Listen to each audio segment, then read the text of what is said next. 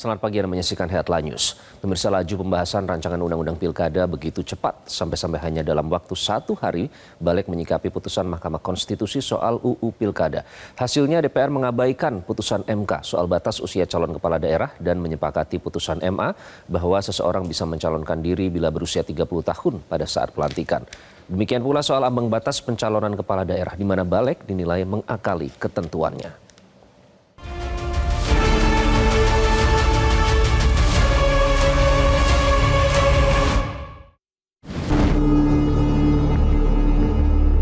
Pagi-pagi betul sejumlah anggota BRIMOB lengkap dengan senjata laras panjang bersiaga di sejumlah pintu masuk ruang rapat Balik DPR. Rupanya ada hal yang tampaknya gawat dan perlu segera diputuskan oleh puluhan anggota Dewan dalam rapat Balik hari ini.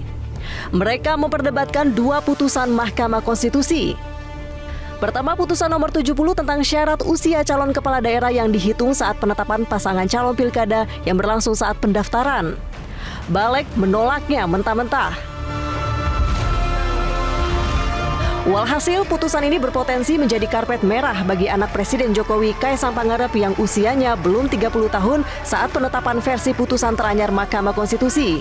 Hanya PDI Perjuangan yang sempat protes sebab menilai pengambilan keputusan terburu-buru.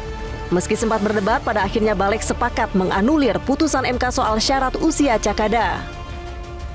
Pak Putra, mohon mic-nya. Atau mau bicara? Pimpinan, menurut saya yang seperti itu sudah menjadi pengetahuan umum. Kita pakai handphone masing-masing sudah tahu, gitu kan? Tinggal pilihan masing-masing saja. Ya, terima kasih Pak Habib. Tapi ini di rapat resmi, jadi kita tayangkan biar dilihat oleh publik. Apa salahnya? Tayangkan aja. Tayangkan aja. Nah, ini. Ini yang putusan Mahkamah Agung. Ya. Jangan baca pertimbangannya, baca putusannya. Sejak pelantikan calon terpilih. Mana itu? Tidak hanya soal usia calon kepala daerah, di hari yang sama Balik juga membahas syarat ambang batas pencalonan. Balik ketok palu bahwa syarat threshold hanya diberlakukan untuk partai non-parlemen atau partai yang tidak punya kursi di DPR. Padahal tidak begitu bunyi putusan MK. DPR dinilai mengakali putusan MK ini yang melonggarkan ambang batas pencalonan kepala daerah untuk semua partai politik peserta pemilu. Pada akhirnya pasal 40 ayat 1 Undang-Undang Pilkada yang mengatur ambang batas 20% kursi DPRD atau 25% suara sah pileg tetap diberlakukan bagi partai-partai politik yang punya kursi parlemen.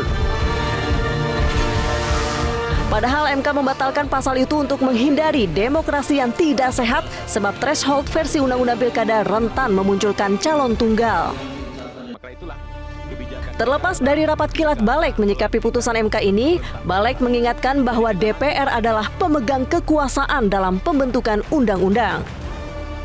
Yang penting kami mengingatkan bahwa sesuai dengan Undang-Undang Dasar 1945 Pasal 20 bahwa DPR memegang kekuasaan dalam pembentukan undang-undang. Itu clear gitu kan. Jadi ya terserah DPR gitu kan. Tapi kemudian supaya tidak ada terjadi bentrokan hukum istilahnya ataupun terjadi nanti kegaduhan politik hukum, maka kemudian ada terobosan hukum yang dilakukan. Tim Liputan Metro TV. Jelajahi cara baru mendapatkan informasi. Download Metro TV Extend sekarang.